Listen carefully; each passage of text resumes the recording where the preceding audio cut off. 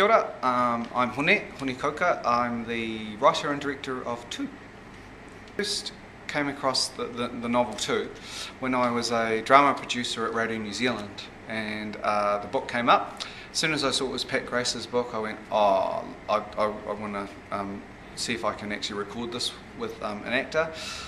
Picked it up and read it and just absolutely fell in love with it. I must admit, I really fell in love with the Wellington aspect of it, the city rather than, you know, the war elements.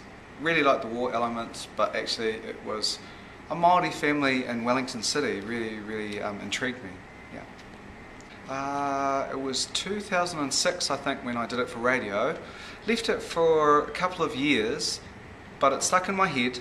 And then I approached Pat Grace and said, look, I would really like to have a go at putting it on stage and turning it into a stage play, because I can see the potential of that. And she was fantastic and went, okay, I trust you. Oh, there's my phone. So yeah, I asked Pat Grace, and thankfully she went, yep, I trust you, I've seen a lot of your work before, and you know, go ahead. So yeah, then I just kind of sat on it for about a year thinking about it and thinking what elements I was interested in. And again, it was a Māori whānau here in Wellington, and it was also knowing my uncles and aunts from that era. You know, their reo was just immaculate, and their English was as well. And it was something I really liked, and I really wanted to put that forward for our characters, because so often you see, especially Māori men, in dramas, etc., or whatever, you know, they tend to do that sort of thing. And I thought, well, I know these uncles who are so eloquent with their language and everything like that, and so I created these characters, the three brothers in particular, and the whole play, that having a wide vocab and just enjoying language. And when I put it to the actors and they read it, they loved it. They just thought, whoa, I've never had to get my my voice or a character around this sort of language in regards to it. So yeah, that was really attractive, and also they looked fabulous. That was something I really liked too. And a good friend, Claire Bowden, who owns Mandatory Menswear in Wellington, she we talked about it lots, and her mother was from that period as well, and her mother spent a lot of time in the far north, and so we talked about it, and it all made sense. So those sorts of things attracted me towards it, then just started to write it and gathering around great practitioners to make the work. And this is the third season? It's the second season. But we did have a development season in Gisborne. So basically each time we did it, I was focusing on different things.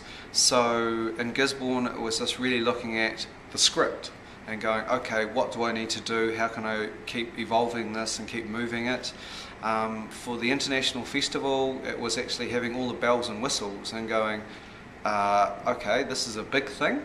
Let's see if it talks and how it moves. And this season is now we all start to understand it. We've got 5 actors back from the festival season, and the 5 new actors, it's like they've been doing it for years. So that's a really lovely thing too. It's maturing each time we get it together.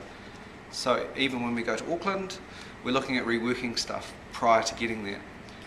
And the brothers are named after your brothers? Yes, they are.